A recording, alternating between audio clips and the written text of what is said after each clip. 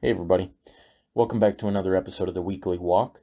I'm your host, Joshua Ingram. It is Monday, February 13th, year of our Lord, 2023. And this is episode number 82.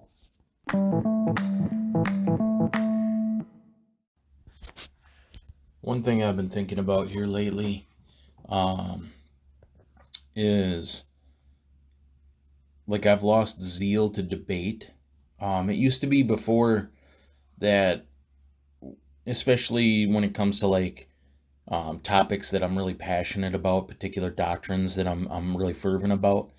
I would vigorously defend them, especially well, in Bible study settings or on social media. I'd be willing to take up that cross, so to speak, and fight for that doctrine. And um, a lot of times I felt like I could win um, simply by endurance. I'm willing to argue this out longer than you are. I'll bring you to the point of exhaustion where you just relent. And there's many reasons why. The main reason is I do have a love for the truth, and there's several key areas that the Lord has laid on my heart that it just are I'm really passionate about, and I believe are vitally important, and so I'll defend those positions. But I've noticed lately, especially on social media, when somebody um, wants to take the opposite position or state something against it, I find myself drawing back. It's like I don't want to argue it anymore. I don't want to debate it. And um, I've just kind of casually thought to myself, man, I must just be getting lazy, or I'm just wore out. The arguments have worn me out, and I just don't have the energy to do it anymore. And that's partially true. Also, I think maybe there's maturity in it, because I've started to see several different aspects of this. Like one, a lot of times people aren't interested in, like, if I come to you, like, let's say on the doctrines of grace, and you try to refute them, you make a post back to me with this long diatribe of information. My thought process is, okay, if I were to refute each and every one of your points, would you be persuaded? Would you be convinced? Would you change your mind? And the answer is no. A lot of times people are just arguing for argument's sake. Like there's no hope of changing mind. There's no, like, they've set themselves in the ground, like they've made a defense, and it's like, here I stand and I will not be moved. And on the other hand, I'm like that too. I believe in the doctrines of grace, and there's nothing you could say that could persuade me otherwise, unless you could clearly and logically refute all the scriptures that clearly teach the doctrines of grace. And I've heard the best arguments and against it, and they all fail. They're all nonsense. Truth prevails. So, and on the other side, the other person's thinking the same thing. So it's like, what's the point of even arguing? You've already made up your mind. I'm not gonna sit and argue these points. So I'm kind of rambling here. I don't really have a point on it. There's just several different things I was thinking about with as far as debates and arguments, because I do enjoy it. I made a post a while back about how it's one of the ways I enjoy communicating is debate, and I'll often take the antithesis to your point just to get dialogue going, because I feel like a debate is a very good way to learn. If I stand in opposition to what you say, it's going to put your back against the wall, so to speak, and it's going to cause you to present your best evidence rather than just kind of dancing around the subject. You're going to fire your best ammo. If I'm taking the opposite position and say, well, I don't believe that, now you've got, it's you're either just going to be You're going to dismiss it and move on. But if you want to have a conversation, and you're going to present your best, so it's the best way to learn for me. It's like that's I think if you watch debates, I've often thought to myself, debaters aren't trying to convince each other. They're presenting their best evidence to the audience and letting the audience decide. A debate is you're going to hear the best of both sides. These are the best points that each side of the argument can come up with. And so a debate is an amazing way to learn, I feel like. And it's an amazing way to get a conversation going. Unfortunately, there's a really thin line between debate and argument. And that all has to do with emotion. And as soon as emotion creeps in, people feel offended, people feel hurt, people feel attacked. And so it can really rub people the wrong way, and it can cause conflict because people get heated really easily when you oppose an idea or an ideology or a philosophy. A lot of times people feel like you're opposing them. You're attacking them. It's not just their idea. That idea is part of who they are. And so when you stand in opposition to it, you're standing in opposition to them. And so they put up a defense, and emotion comes in. And once emotion comes in, like I say, then it's moved from debate to argument, and then it's fruitless. So there is a thin line there, and unfortunately, because I can often separate the emotion, I expect others to as well, but they don't, and so people get angry when you have this kind of dialogue. But again, I'm sorry, I'm rambling here because, like I say, I have a convoluted idea in my head of what I want to talk about, but there's 40 different angles to it that I want to discuss, and I don't really have a clarity on each one, how to bring it to a conclusion or to bring it to a center point. But I was just thinking, like, okay, so if somebody presents an argument against something I believe in, and I look at it and I discern because I know the person, or I know the history, or I could just tell by the way they're saying it, okay, even if I refuted each and every one of these points, they're not going to be persuaded. So the Proverbs say, answer not a fool according to his folly, lest you be like him. And then I think in the next verse it says, answer a fool, lest he be wise in his own, lest he be wise in his own eyes, and something, I can't remember what it says, but I've often felt like the point there is to discern, okay, when do I fire back? When do I say something back? When do I be silent? If a person is just looking to argue and you discern that, then it would be foolish to answer back in that same way, because then you're just stirring the pot. You're looking to argue. But if somebody's making like a heretical statement and other people are seeing it, then, you definitely want to refute that unless he's perceived as the wise one. That, I think that's what that proverb is saying. When somebody makes a post or something opposed to what you're believing, I feel like you got to take a step back and discern, okay, there's multiple layers to this. Is there any chance that this person really wants to learn, or are they just looking to debate, just to argue? Are they firm in their stance? And if you could refute everything, are they going to change their mind or not? So discern that. You also have to discern, okay, the thing that always gets me is I'm always thinking, okay, what if other people are reading this? Because I have a lot of lost people on my social media accounts.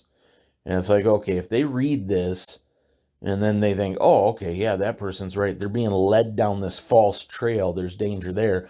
But then I take a step back and go, okay, it's not my duty. And this is where it's really hard for me. It's not my duty to protect people. Like, that's God's job. Knowledge is given. This has been especially like in intimate fellowship, I've often felt this way. And it's why I can be so firm and aggressive in my doctrinal statements, because I feel like I have to protect the younger believers I know. I have to shield them from false things. I have to shield the unlearned and the new believers and the inquisitive non-believers. I have to shield them from false teaching. I have to protect them from that. And I've had to learn and am learning that that's not my duty. I just speak the truth. It's God's job to reveal truth and to protect people from false things and to lead them down the right paths. Like, so that's been a hard lesson for me to learn. Um Man, I feel like there's no point to what I'm saying here. I'm just all over the place with this, but um so okay, the other aspect I was thinking about is this has caused me to really self-examine. And it just occurred to me, I was sitting here thinking, I was like, okay, why do I argue and debate certain things against people? And it's like, do I really want them to learn the truth? Or is it more about victory? Is it more about, and if when I'm, just to be transparent, I'm going to expose another sinful, ugly part of my heart here. The truth is, I often really don't care whether or not they come to the truth. I just want to prove them wrong. And that's the wicked part of my heart. It's like I want to prove my intellectual superiority. There's like a pride in me that says I want to beat your arguments down into submission so that your intellect has to bow down to my intellect. Like my point is proven vastly superior to yours. I have made my point stand above and yours is beaten down to rubble. Like that's often been the motive of my heart. Whether I'm aware of that or not, whether it's like I say, I just started thinking about it from that aspect. Like, wow, that's evil. That's a wickedness. That's pride. That's such arrogance that I want to prove to you that my intellect is superior to yours. That my thought process is correct, yours is wrong.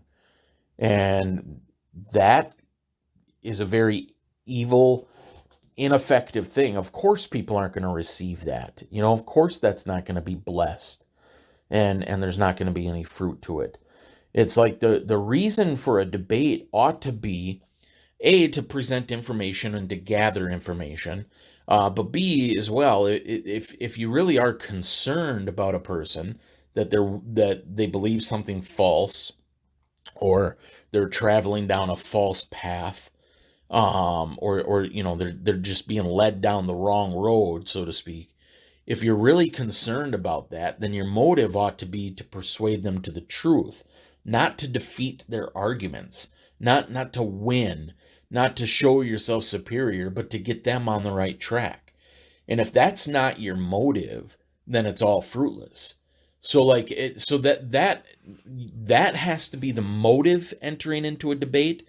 If you're going to debate a cause or debate a point, and I think this is the heart of what I'm trying to get at. If you're going to take up an argument or a debate against somebody, your motive needs to be one of corrective edification, not victorious superiority. It needs to be, I want to see this person, I perceive they're in error, and all error is dangerous. All error, if left unchecked, leads to apostasy. So I want to correct this and bring them onto the right path, so that they can experience joy and peace and love and to be in the presence of God, to stand in His glory. Every step into truth is a step towards Christ. So if that needs to be your motive. If that's not your motive, then you shouldn't go down that path. So that's one. And then two is I need to discern carefully what kind of argument this is. Is this a person that is able to receive the truth? Do they have ears to hear? Do they have that teachable heart? Or are they closed off? And like I say, even if you could refute every one of their points solidly, biblically, beyond a shadow of a doubt, would they still remain unconvinced? If that's the case, then that's not a teachable person. That's a person who has made up their mind and just wants to argue against you. Just wants to show, they want to show that you're wrong. They have that other motive. And so that's a closed, that needs to not be entered into. That's a closed road there. There's no need of that. So A is, what is my motive? B is, let me discern if this person's teachable or if they're closed off. And then C would be, is this dangerous for anybody else listening? Do I need to counteract this for the safety and the sake of other hearers, for the sake of those around? That's that answer a fool lest he be wise in his own eyes, I think. If they're presenting something dangerous and heretical and false, all false teaching is dangerous. So anything false, you need to perceive, what's my motive? Is this person teachable? And does this need to be refuted to protect anybody else who might come across it? Yes, I feel like that's I'm excited and happy and satisfied because I had no idea where I was going with this conversation when I started it. I was just rambling and I had all these convoluted ideas in my head, but I think that's it. I narrowed it down to those 3 points. Those 3 points of, am I going to enter into this debate? Am I going to spend the energy and the time and the resources? Because if you're going to make a thoughtful, thought out biblical defense, it's going to require energy and thought. So when you're looking at that, when you're looking at a debate, what's my motive? Is this person teachable?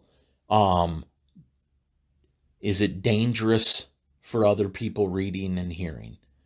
I think those are the 3 points. So yeah, and then just, in general life, I'm still going to be an antagonistic type personality. Like I say, just because I hate small talk. Like I despise small talk. It's useless. It's pointless. There's nothing in it. If I'm going to conversate with somebody, I want your heart. I want your desires. I want to know I want the core of you. And so if a topic's going to come up, whether it's something you like or dislike or whatever, I'm probably going to take an antithetical position, just to stir up fervor, to stir up zeal. I don't want the small talk. I want the ammo. I want your big guns. I want to see what it is that you have to offer on this subject. And so and like I say, a lot of times, that can come across, as wearisome to a lot of people. And it's my personality. I often feel like that's probably why I haven't always had a lot of friends, and people eventually just kind of drift away from me because I feel like they get wore out. They don't want to have to keep defending their positions. But I just enjoy I enjoy heated conversations. I enjoy lively debate. I enjoy meaty, deep conversations, not light and fluffy nonsense. And like I say, I'm able to separate the emotion from it. For not to say that I don't get emotional, but no matter what kind of intellectual verbal attacks you make on me, I'm gonna be able to move past that. It's like, okay, whatever. I still believe what I still believe. You believe what you believe, and hopefully you've given me some interesting things to think about. But I'm not going to get all upset and offended and how dare you about it, So I expect others to be that way as well, but often people aren't that way. So anyways, yeah, those are my thoughts on conversational debates. Or I don't know a better way to phrase it. When to enter into an argument.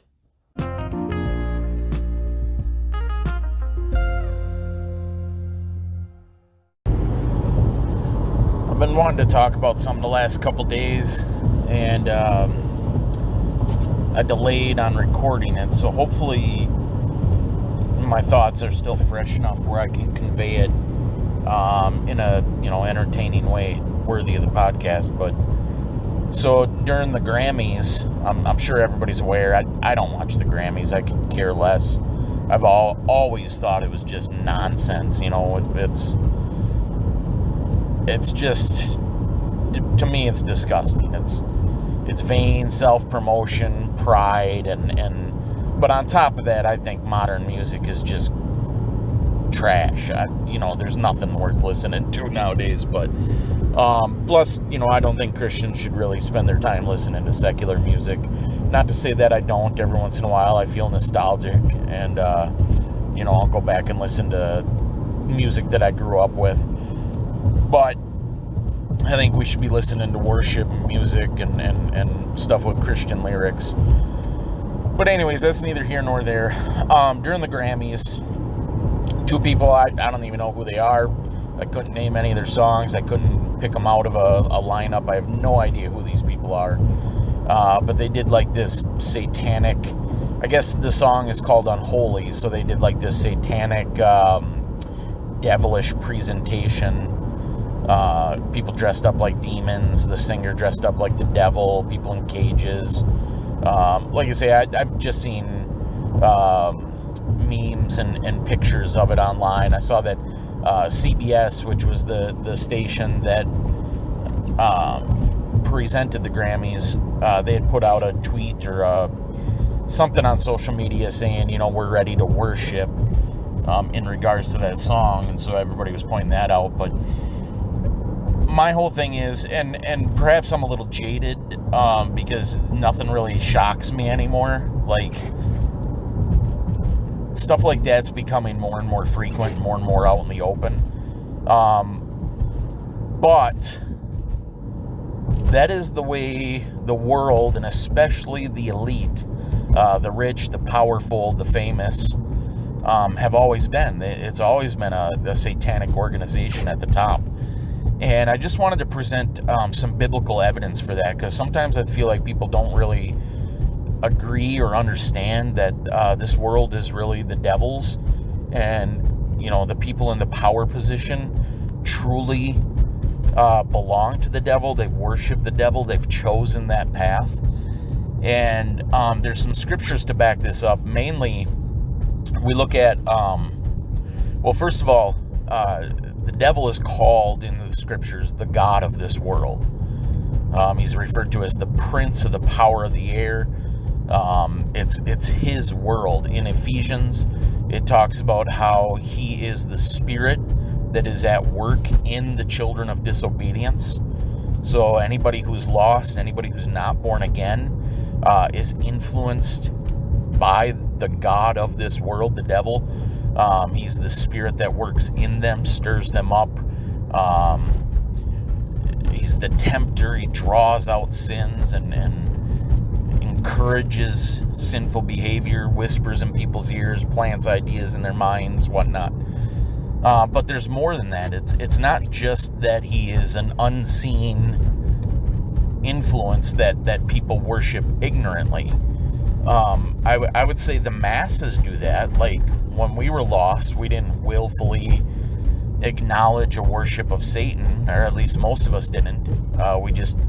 We acted upon our sinful influences or impulses, and were unaware that we were children of wrath, and that the spirit of Satan worked in us. We didn't know that. We were unaware of that. So I would assume that's the case for most people. But the people at the top, these positions of power, the positions of influence, people who are rich, I believe it's different. I believe that they have acknowledged that spirit, that they have given their affection and their worship to the spirit, to the god of this world, to the devil, in order to achieve their fame and fortune.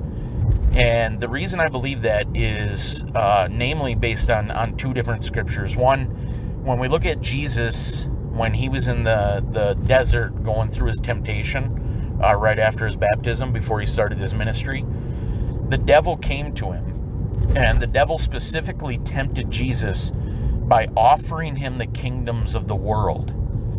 He specifically told Jesus, these are my kingdoms. They belong to me, and I give them to whomever I will. So right there we learn that, the scriptures have already told us that he's the God of this world, but there we see it in action. We see what that looks like.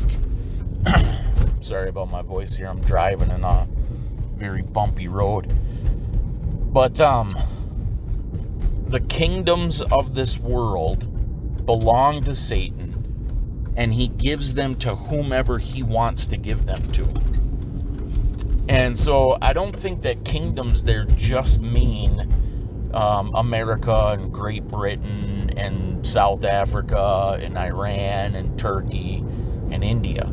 I don't think that's what's meant by kingdoms. I think it means that any sphere of influence, any power position. And so I think the kingdoms of this world would include nations, but it would also include things like Hollywood and the music industry and television and the banking industries and the food industries and car manufacturers. I think those are small kingdoms.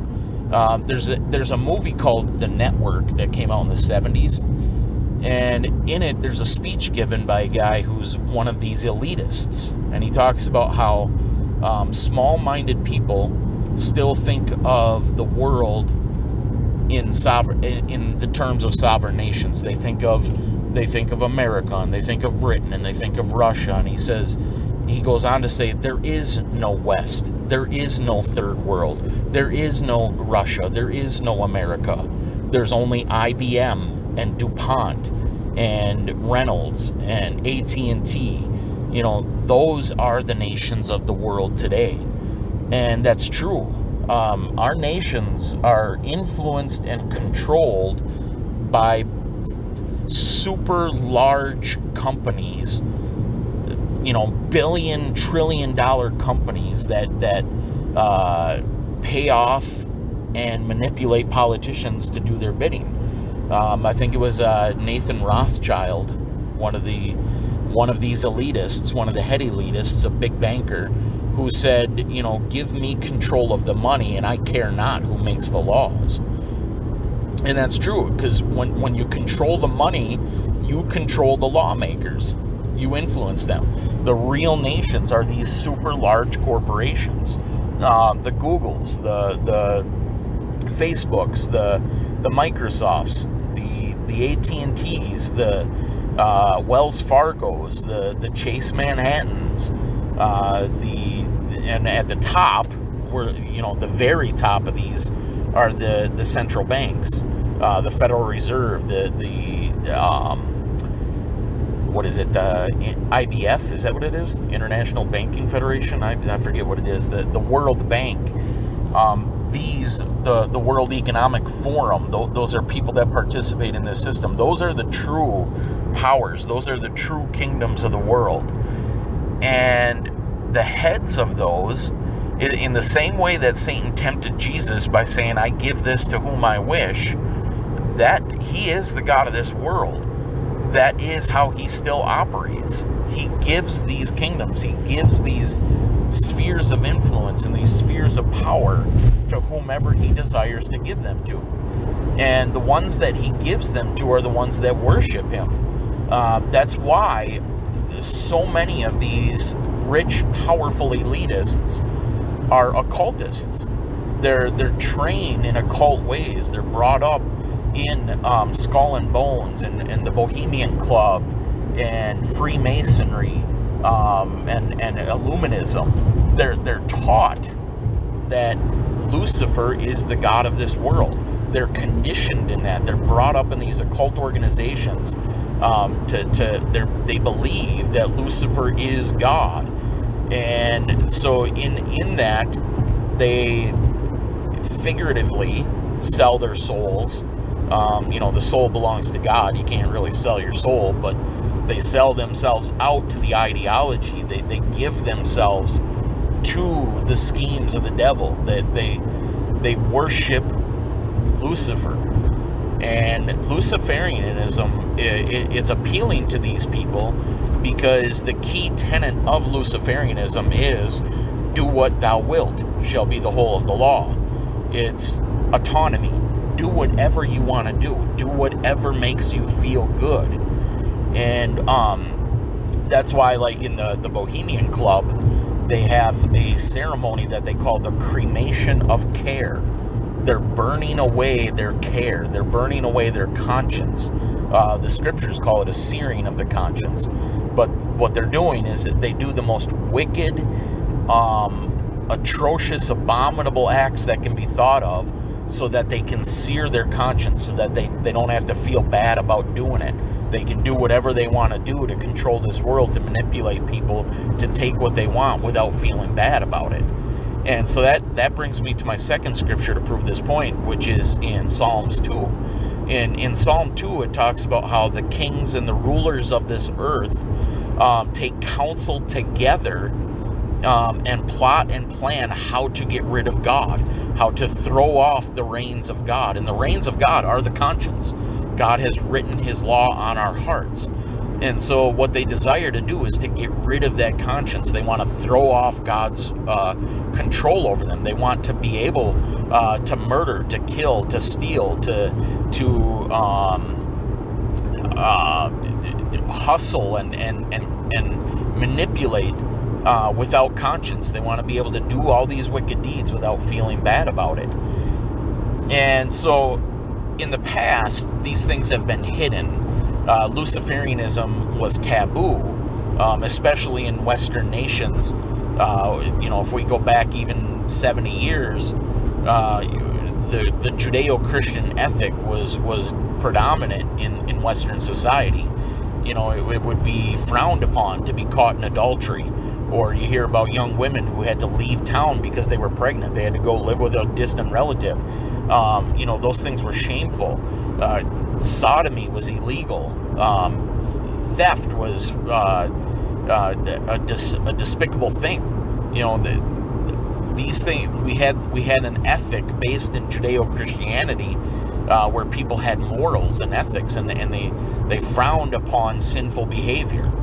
But the demoralization of America and the rest of the world as well has progressed since the 60s, the 50s or the 60s. You had things like the rock and roll revolution, where it became cool to have sex and do drugs. You had the promotion of the theory of evolution, which taught that we're all just animals. It's survival of the fittest. There is no God, there is no creator, and that was started being promoted in schools. And then they removed public prayer from schools in '63, and then you had feminism with just a rejection of the biblical roles of man and women.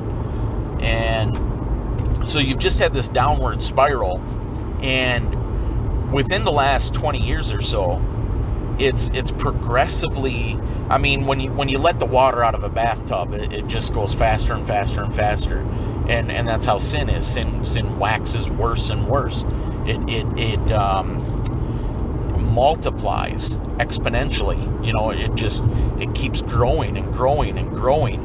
And so you have sin in this society that's just exploded to the point where we are now, where it's cool, to be a homosexual. It's cool to be a transvestite.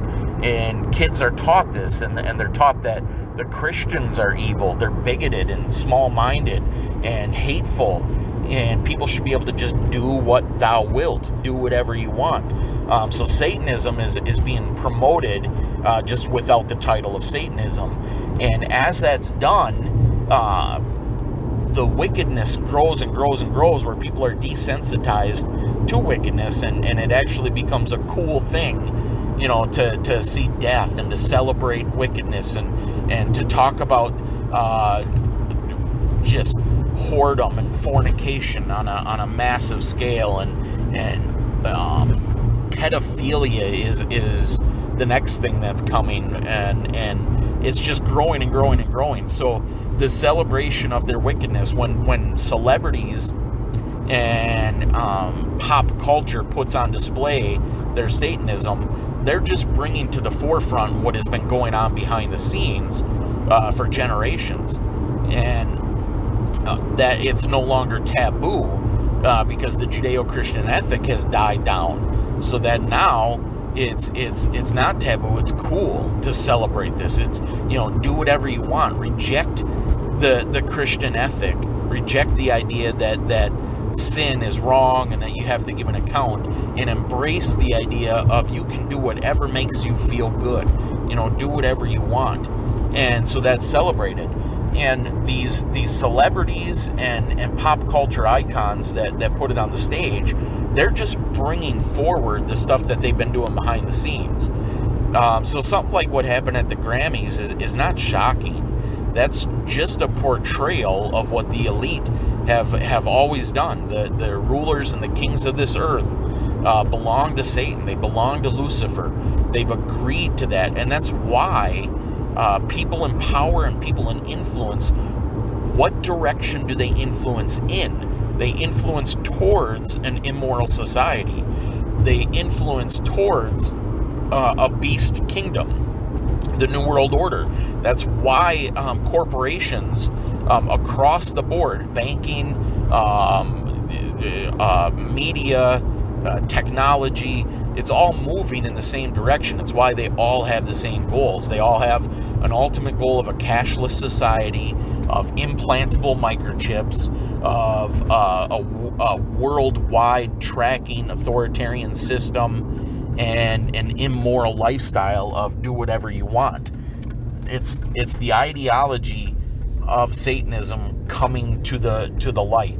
It's no longer taboo and frowned upon. It's now accepted. And so it really shouldn't shock us. What it should do is alert us that the times we're in are perilous. We're on the brink. Like, what was once hidden in the shadows is now coming to the light and being embraced by the masses. And that just goes to show that the Judeo-Christian ethic is dying down. We are no longer the majority.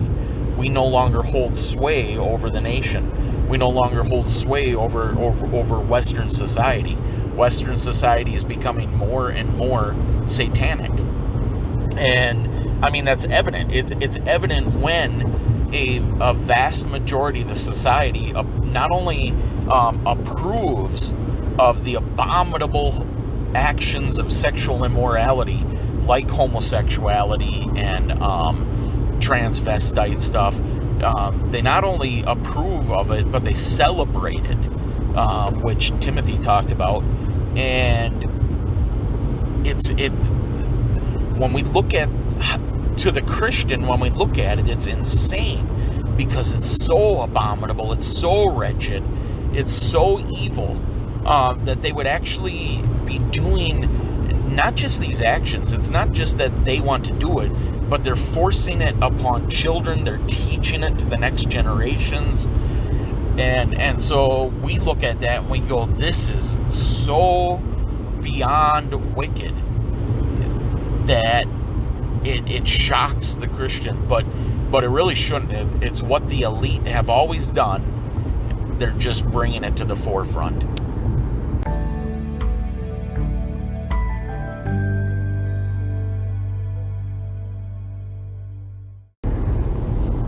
I'm just leaving my Saturday fellowship here. It's about 10 o'clock at night. And I'm leaving feeling regret. And the reason being, and sometimes I feel like this when I leave fellowship. And let me backtrack for those of you who might not know. But so I have a fellowship group, and I got attached to a Thursday night Bible study men's group back in like 2005, and it was a tremendous blessing on my life, and there was just a lot of growth and a real sense of connection and love amongst the brothers. And I hadn't been involved in a local church prior to that. My reason being is a lot of times people would tell me, well, you need to be connected to a local body. And my justification for not doing so was that I would read in the scriptures that the only command I had as far as fellowship went was that I was to not forsake the gathering. And I didn't see any prescribed method of that gathering. So I didn't think that going to a Sunday morning service in an actual church building was necessary, as long as you're getting fellowship somewhere, as long as you're in fellowship with the brethren, with the body. And so Thursday nights became kind of my church home. That became my church family. And the other reason, I was real skeptical of churches when I first got saved, and I could never find one that I really was comfortable in. I could never find one that I thought was biblically accurate based on what I was reading in the scriptures. I would always just find it to be off-putting in some way. There would be something there that I would sense, well, this isn't really biblical. This isn't the way it's supposed to be done. Or, what they're teaching doesn't line up with what I'm reading in the scriptures. And I wasn't comfortable enough to sit under that. I wasn't comfortable enough to just say, okay, I'm going to be a part of this anyways. I was still learning the scriptures on my own, coming to my own formation of doctrine. And so I believe that the Lord protected me that way, in that I wasn't really going to be influenced by outside influences. And so I stayed away from churches, and then I got involved in this Thursday night Bible study, and it was great. And then, after a while, I started feeling kind of, I would say, kind of burnt out on it, feeling a little distant in my heart from it. And at that same time, a different job opportunity opened up where my hours would have changed. And so I would no longer be able to attend this Thursday night Bible study. And so my thought process was, well, I can't forsake the gathering. And this is essentially my local church that I'm gathering with. I need the body. I need fellowship. I can't justify taking this job if I'm not going to get fellowship. And so I reached out in the group and tried to get a Saturday, because I would be available on Saturdays. And praise the Lord, he had one brother that said, yeah, and I've got a spot we can gather.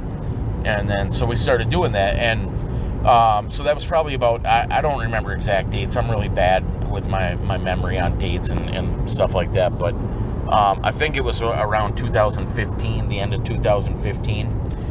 And so we started gathering, and it was a small group at first. I would say there was probably a core group of about 5. And then we were meeting at an AA building where they held Alcoholics Anonymous. And so we would have people come and go. At times I think we were probably up to 10, maybe even 12. Maybe it was never that big. But around 10, 8 to 10, we'd have people come and go. But it was always consistent that we would have this core group of 5. And then that core group of 5 went up to 6. And then maybe even I would say a 7th guy as well. And we became even closer than what I had on Thursdays. I felt kind of like a mentor or a teacher, kind of like I was discipling, because everybody that was in this core group was practically, or relatively speaking, a brand new Christian. They were baby Christians. And by 2015, 2016, I had been in the faith for, about 15 years. And although my maturity level wasn't at a 15-year saint, I felt like my head knowledge of the scriptures was at that level. And it's been that way ever since. I feel like I got a lot of head knowledge about the scriptures, but my sanctification and my biblical maturity lacks. And I think perhaps for that reason, I was able to connect with these people on their level, and we developed a super, super tight-knit group, that we would consider family. This was a family group. And so our Saturday Bible study of 3 hours ended up turning into an all-day fellowship. We would meet in the mornings for Bible study for 3 hours and do prayer and study.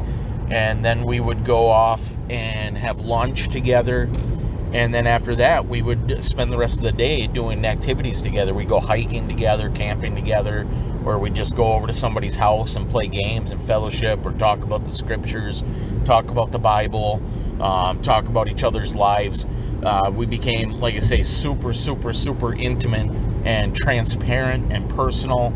And because of that, we grew incredibly tight-knit and just drawn together.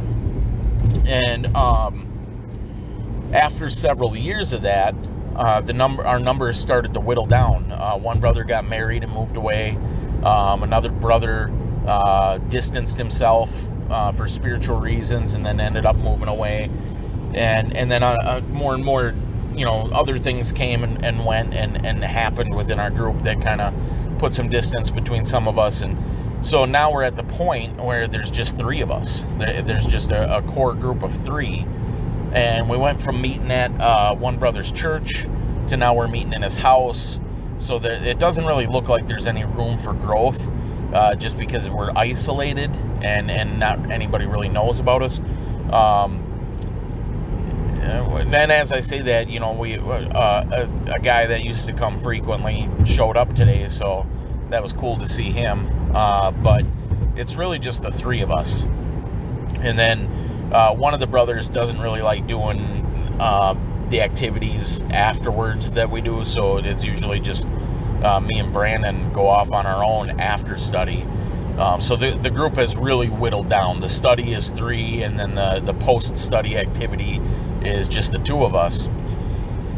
And over the last couple of years, we've all noticed just like a stagnant feeling.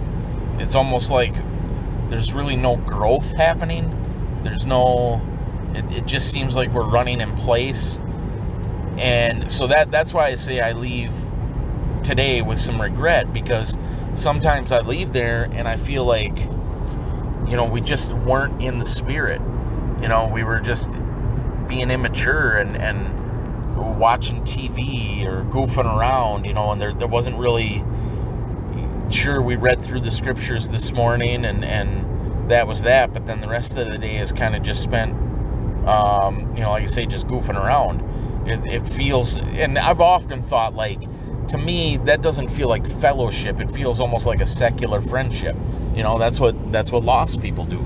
They hang out, they goof around, and that's not what I had grown accustomed to. Our group had previously been really spiritually focused, and like I say, there was tremendous growth and unity and brotherhood and love and whatnot.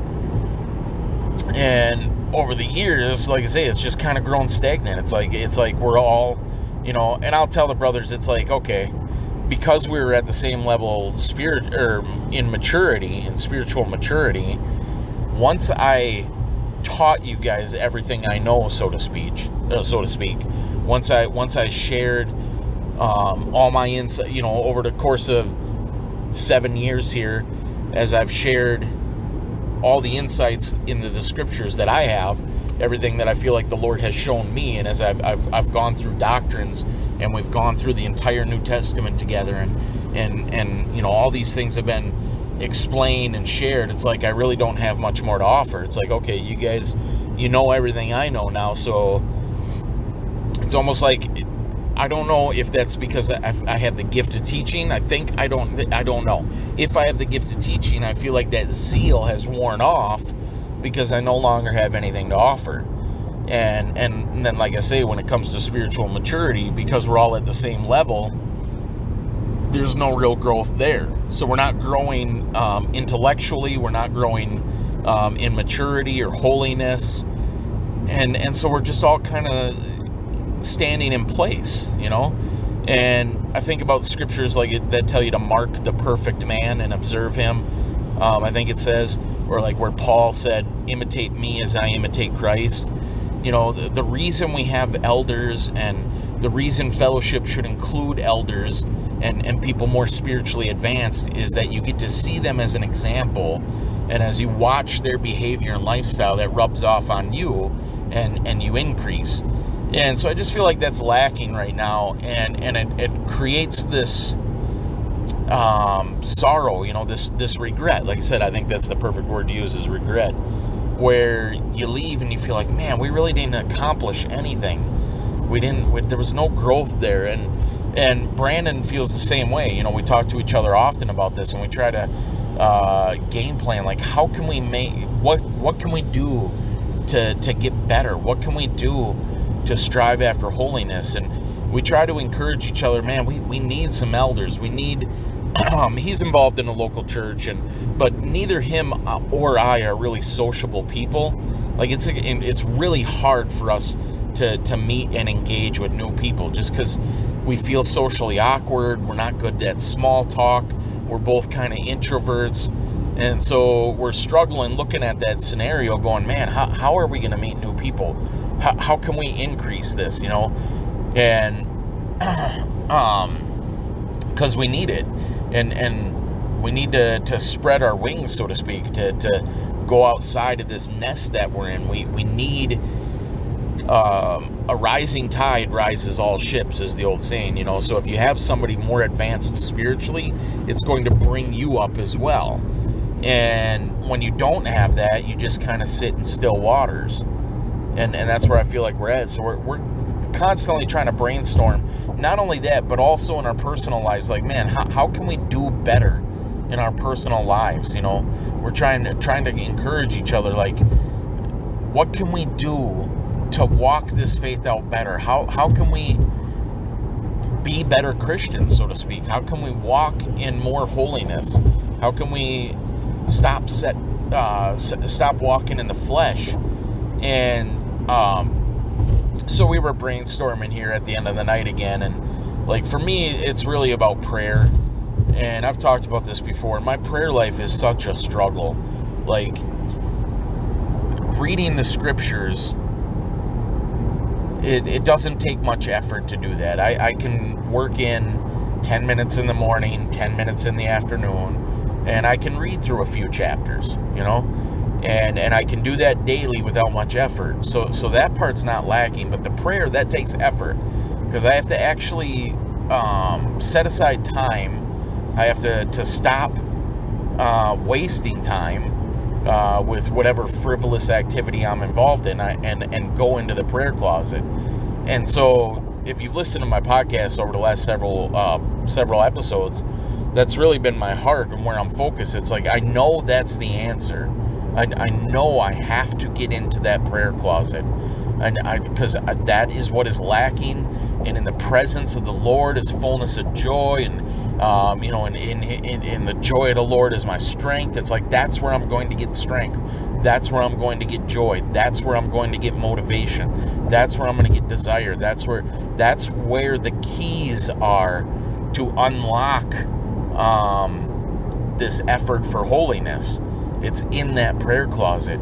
And I struggle so much to do it, because I'm lazy. I get done with work and I don't want to do anything. It's like, I put in my 8 hours of work. Now I just want to relax. And it's like, I know the answer is to not do that. I know the answer is to just keep going. The secular world has gotten my 8 hours because it's needed for me to pay my bills. But now I need to put in the spiritual work. Now I can't just sit back and take my ease and drift into fleshly things. I need to focus on the Lord. I need to hit the prayer closet. I need to do the various ministry things. And so that's really where my heart's at. Is it just I want the motivation and desire to get into that prayer closet. And then additionally, I did reach out. I think I mentioned on the podcast several months ago, I was out doing some street sign evangelism in a small farming community out here in Wisconsin where I live. And a lady pulled up next to me, and she was super excited to see me. And, she just had the glow that a born-again Christian has. She seemed like a real genuine sister, and she was just really excited to see somebody in her small community or her small area doing evangelism. And so she mentioned to me that she's involved in a small group that also does like abortion clinic evangelism.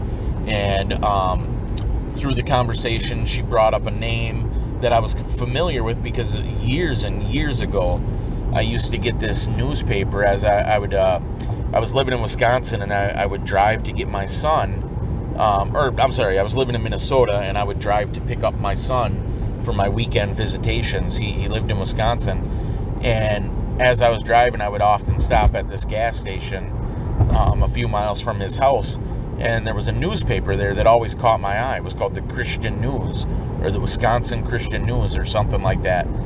And I would get it. It was one of my favorite things. I really enjoyed it. It was a solid ministry. It was like they were biblically accurate. They were preaching on topics that I was very interested in, and they had good articles, and it was just a joy to read. And so she had mentioned the name of somebody, and I was like, man, that name sounds familiar. And so she goes, oh, have you heard of the Wisconsin Christian News? And I was like, yeah, I used to get that all the time. And she's like, oh, he was the editor. And I was like, oh man, I've read his articles before. I think that's why I know his name. And so, anyways, he's the kind of the lead of their little small group. And she had mentioned that they meet several times a week. And she gave me his phone number. And again, because of my introverted nature and insecurities or whatever it is that prevents me from communication, I delayed reaching out to this guy for several months, but I finally did the other day, and praise the Lord, he messaged me back, and he's like, yeah, you feel free to come join us, and he gave me the times that they meet. And so one of those times is Sunday mornings at 10 a.m. So I usually leave my Saturday fellowship group around 9:30, and so I don't get home till 12:30ish, usually 12:30, 1 o'clock, and then by the time I unpack my groceries and get everything put away, it's pretty late. I might get to bed by 2, and so I dread that, because it's like I often feel that's an excuse of the flesh there. I often feel like, oh, that's Sunday is the only time I can sleep in.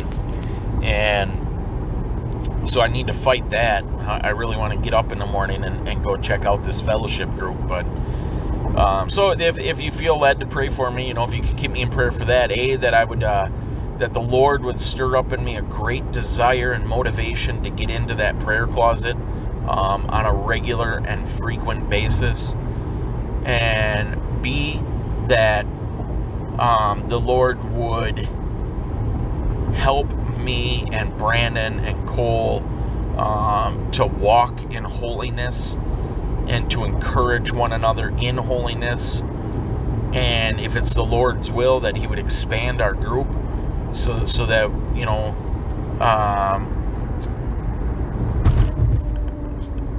I don't, there's a multitude of reasons why, but if he could just do that, and then also if you could pray that I would fight that urge to sleep in on Sunday mornings, and that I would get up and go check out this small fellowship group, and hopefully it's a solid group, and I don't know, hopefully the Lord will have it lead to something, more ministry opportunities, or a greater fellowship, or just, if I could just have some more brothers and sisters in my life. So, all right, that's what I got to say on that.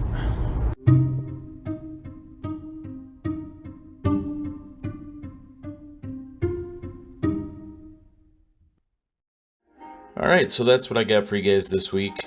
As always, I truly appreciate you listening. I love you, and Lord willing, we'll talk to you next time.